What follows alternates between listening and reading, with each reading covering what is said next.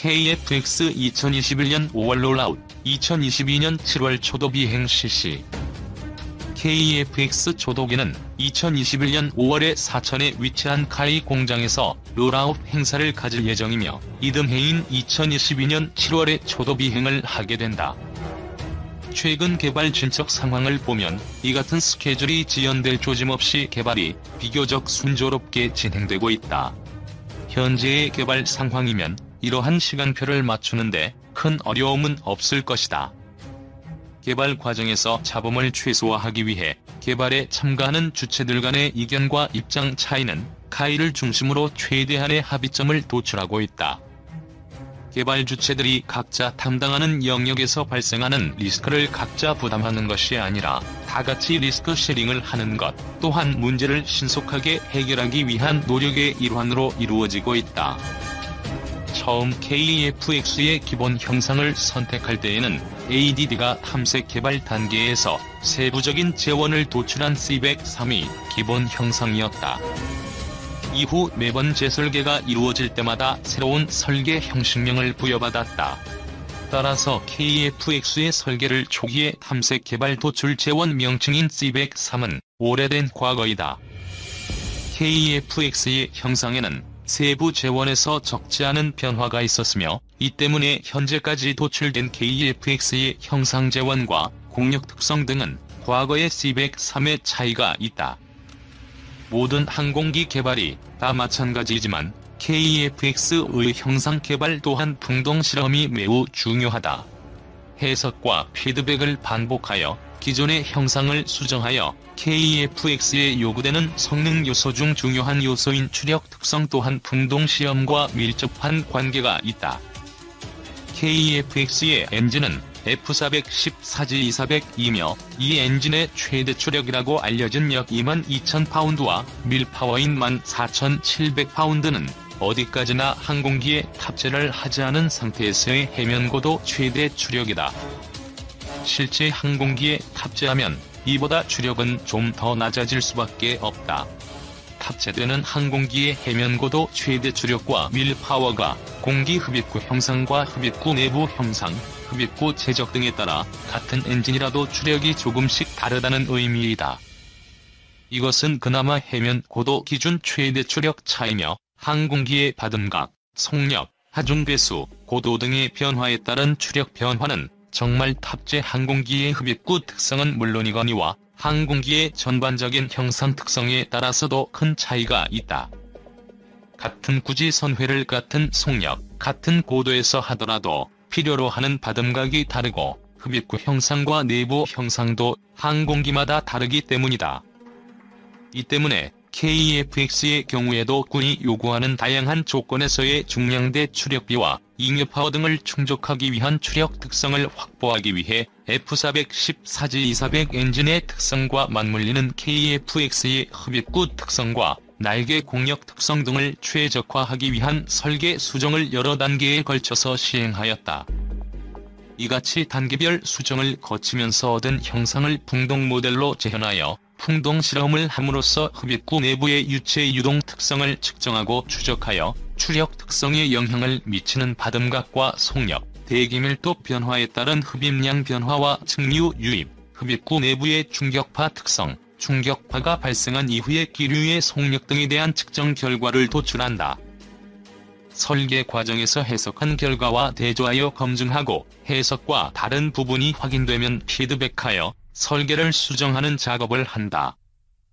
KF-X의 피치율과 공력 중심의 이동, 받음각 한계, 천음속 구간 등에 대해서 해석하고 설계한 것을 검증하기 위한 작업도 풍동시험을 통해 이루어진다. 이러한 요소들에 대한 요구 수준도 공군에서 결정하여 제시하였거나 또는 공군에서 요구하는 성능을 충족하기 위한 최적의 성능 수준을 카이 또는 ADD에서 구체적으로 작성하였으며 이를 구현하기 위한 형상이 카이에서 설계된다. 풍동시험에서는 날개로 흘려보내는 기류의 속력을 달리하고 풍동 모델의 기류에 대한 받음각을 달리함으로써 입단에서 박리가 일어나기 시작하는 받음각을 파악하고 이후 받음각을 더욱 증가시키면서 박리가 점차 날개 뿌리를 향하면서 진행되는 양태를 추적한다.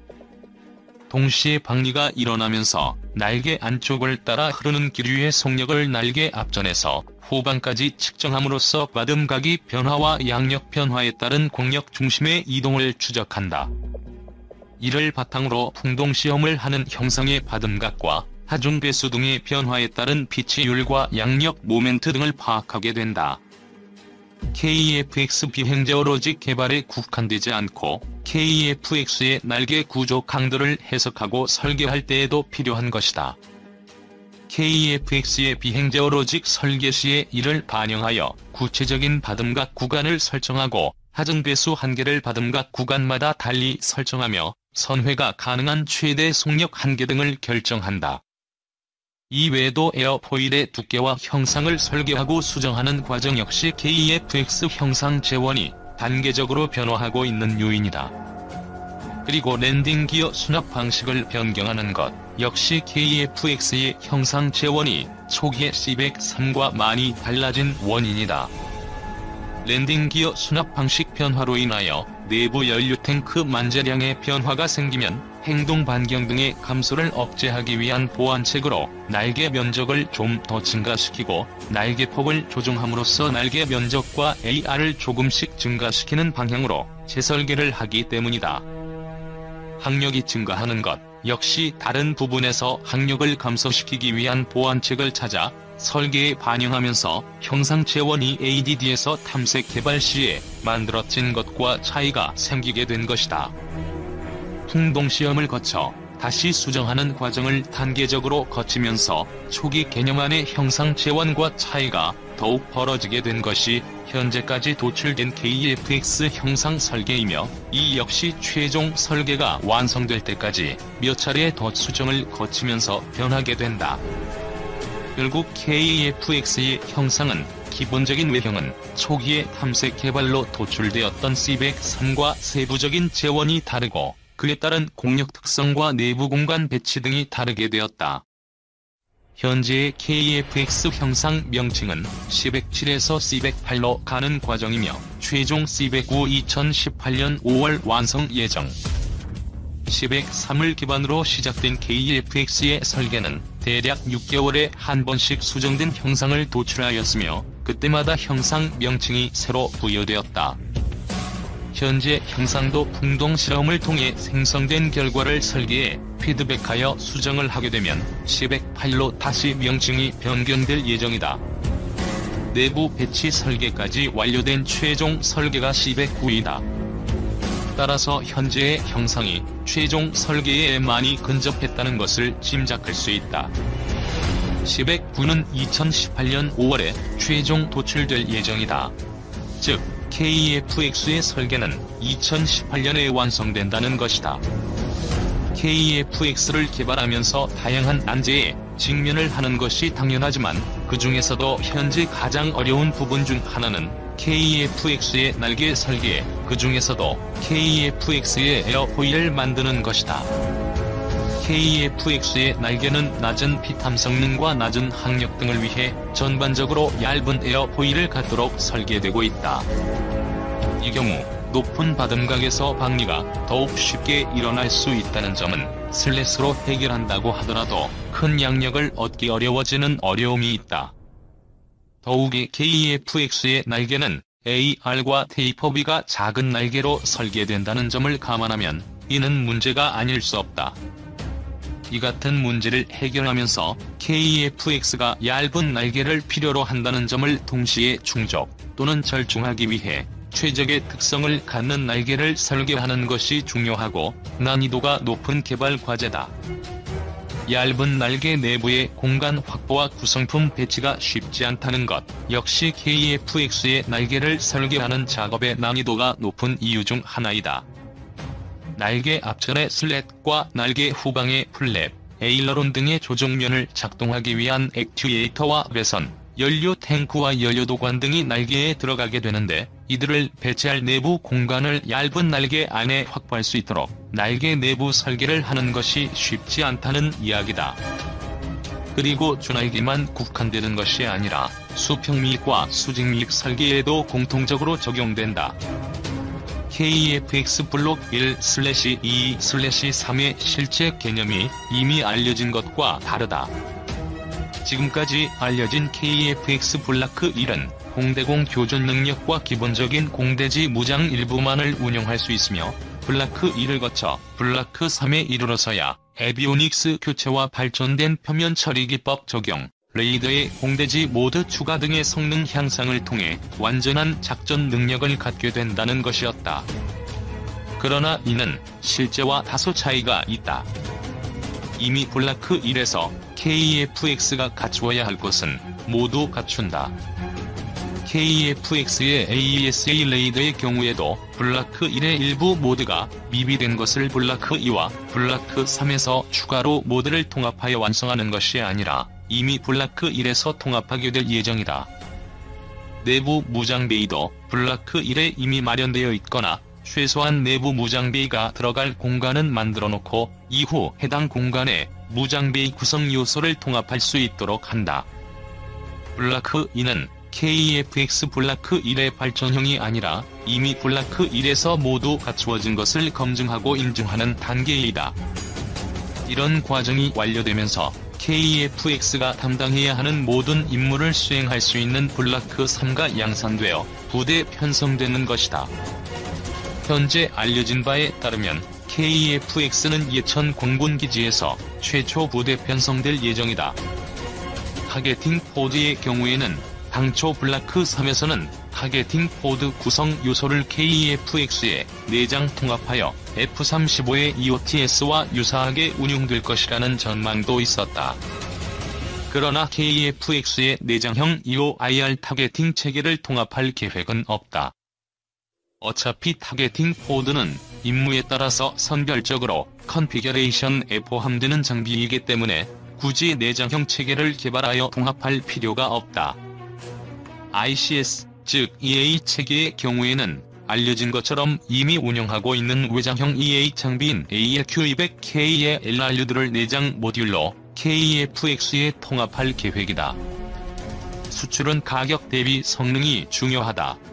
이 때문에 카이에서는 미래 경쟁 기종들의 가격이 어느 정도인지 예측하고 그에 맞추어 가격을 결정하기 위한 연구를 시작하였다. 현재 확정된 물량은 한국 측 도입 물량과 인도네시아 측 도입 물량이다. 이 중 인도네시아는 영토와 영공이 방대하기 때문에 현재 계획된 50대 60대만으로는 어려울 것이라고 보고 있다. 이 때문에 인도네시아 공군과 국방부에서 추가 소요 이야기 나오고 있다. 인도네시아는 현재 공동 개발 인력을 파견하여 미국 EL 필요한 부분 제외하면 카이와 공동 개발을 진행하고 있다. 그리고 전체 지분의 20%를 투자하고 있다. 미국의 EL이 필요한 부분, 예를 들어서 링크 16 같은 경우에는 인도네시아의 IFX에 통합할 수 없기 때문에 아예 별도의 데이터 링크를 통합하게 된다. KEFX 시제기가 나오면 인도 시제기 한 대를 인도네시아에 제공하게 될 예정이다. 이는 인도네시아가 전체 지분의 20%를 투자한 것에 대한 대가에 포함된다. 인도네시아는 EL이 나오지 않는 하드웨어들은 KEFX의 그것과 다른 독자적으로 선정한 장비들을 통합해서 IFX로 인증한 후 양산하게 된다. IFX 양산은 PT, DI 기술과 인프라로는 어렵기 때문에 카이가 PT, DI와 별도로 계약하여 기술을 지원하고 자문을 제공하기로 되어 있다. 이 단계에서는 카이가 IFX의 TAC로 참가하여 지금 로키드 마틴이 KEFX 개발 프로그램에서 담당하는 역할과 유사한 역할을 하게 되는 것이다. IFX 인증 전에 별도의 통합 작업 또한 카이가 PTD와 별도로 계약을 체결하여 지원할 예정이다. 현무 EB와 EC의 최대 사거리는 각각 500km, 800km다. JB 프레스는 함정에서 발사할 경우 한국 해군은 일본 도쿄를 비롯해 광범위한 지역을 사정권에 둔다고 강조했다. 2. 주변 국가들이 강하게 반발하는 우리나라 미사일. 현무 미사일은 현재 우리 군이 가진 장비 중 가장 강한 전략 무기이며 북한에 대한 핵심적인 억제 수단이자 효과적인 비대칭 전력입니다. 현무 미사일은 1970년대 초 개발 시도된 백곰 미사일 계획의 후신으로 국방과학연구소의 주도로 개발되었습니다. 우리 군은 1986년 현무-1을 시작으로 2006년 현무-2, 현무-3 시리즈를 배치하면서 미사일 전력을 꾸준히 증강하고 있습니다. 현무 미사일은 앞으로 미래에도 우리 군을 대표하는 미사일이며 주변국들을 긴장하게 만들 무기입니다. 그리고 지금도 현무 미사일은 계속 개발이 진행되면서 강력해지고 있으며 이에 주변 국가들은 우리 군 현무 미사일 배치에 대해 반발하며 긴장하고 있습니다. 북한 공군이 가장 두려워했던 현무-1. 사실 처음 등장한 현무-1은 탄도 중량 500kg, 마하 3 수준의 탄도미사일로 사거리가 180km로 짧아 북한이 보유한 미사일과 비교당하기도 하였으며 국내 밀독들에게 놀림을 받기도 했습니다. 그러나 사실 북한 공군이 가장 두려워하는 무기가 바로 현무-1이었습니다. 북한 공군은 휴전선 인근에 집중 배치되어 있는 비행장을 제대로 가동하려면 현무-1부터 제거해야 했습니다. 그래서 북한군 특수부대에게는 현무-1을 발견하면 기존 목표를 제쳐놓고라도 먼저 파괴하라는 지침이 내려지기도 했습니다. 현무-1은 200개 이상 생산돼 차량용 발사대에 장착되어 나이키를 운용하던 강화진지에서 운용되다가 현무-2의 임무를 넘기고 퇴역돼 예비 전력으로 보관 중입니다. 그리고 최근 한화의 표적 단도탄 KBS가 공개되면서 현무-1의 모습은 더욱 보기 힘들어졌습니다. 북한은 물론 중국, 일본까지 겨냥한 현무-2, 사거리 현무-2A 300km, 입이 500km, 이시 800km, 탄두중량 현무-2A 2000kg, 입이 1000kg, 이시 500kg. 현무-1이 나이키 미사일에 뿌리를 두고 있다면 현무-2는 완전히 새로운 정밀 타격용 미사일로 개발되었습니다. 현무-2AB는 전술 탄도 미사일 중 가장 뛰어난 생존력을 자랑해 방어 불능의 미사일이라 평가받았던 러시아의 이스칸다르와 매우 비슷합니다. 또한 현무-2는 사거리가 상당히 가변적인 미사일이며 궤도 정점 45에서 50km 이하 고도에서 A형 기준 300km의 사거리가 나오는데 이는 미사일 방어체계를 구축하는 중국과 일본을 염두에 둔 비행 궤도입니다. 2017년 9월 15일 북한 미사일 발사에 대응해 우리나라가 6분 만에 2발을 발사했던 미사일이 현무-2A입니다. 2015년 6월 공개된 현무-2B는 사거리가 500km까지 연장되었으며 발사 속도는 이스칸다르와 동일한 마하 7입니다. 2016년 1월에 공개한 현무-2C는 사거리 800km이며 탄두부에 카나드가 추가되었습니다. 이는 기존 현무-2AB와는 달리 추진체 연소 종료 후 일단 로켓을 분리하고 재도립체만 도립하는 2단으로 구성되어 있다는 것을 뜻합니다. 만약 포항에서 미사일을 발사한다면 북한 전역의 미사일 기지를 안정적으로 타격할 수 있으며 최남단 제주도에서 발사해도 북한 신의주까지 날아갑니다. 만약 서해 5도에서 발사할 경우 중국 베이징도 타격이 가능합니다. 또한 2017년 한미 미사일 사거리 지침에서 탄두 중량 제한 규정을 없애기로 합의함에 따라 추후 탄두가 최소 1톤 이상으로 더 강화될 예정입니다.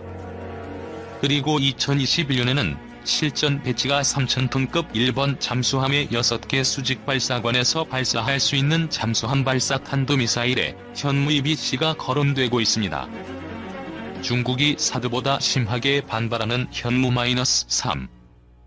탄두중량 현무-3ABCD 500kg, 사거리 현무-3A 500km, 현무-3B 1000km, 3C 1500km, 3D 3000km.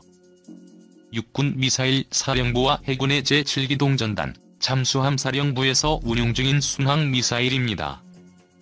제7기동전단의 세종대왕급 구축함, 충무공 이순신급 구축함에서 장착되어 있는데 일본, 북한, 중국 동북지방, 러시아 극동지방까지 타격이 가능합니다.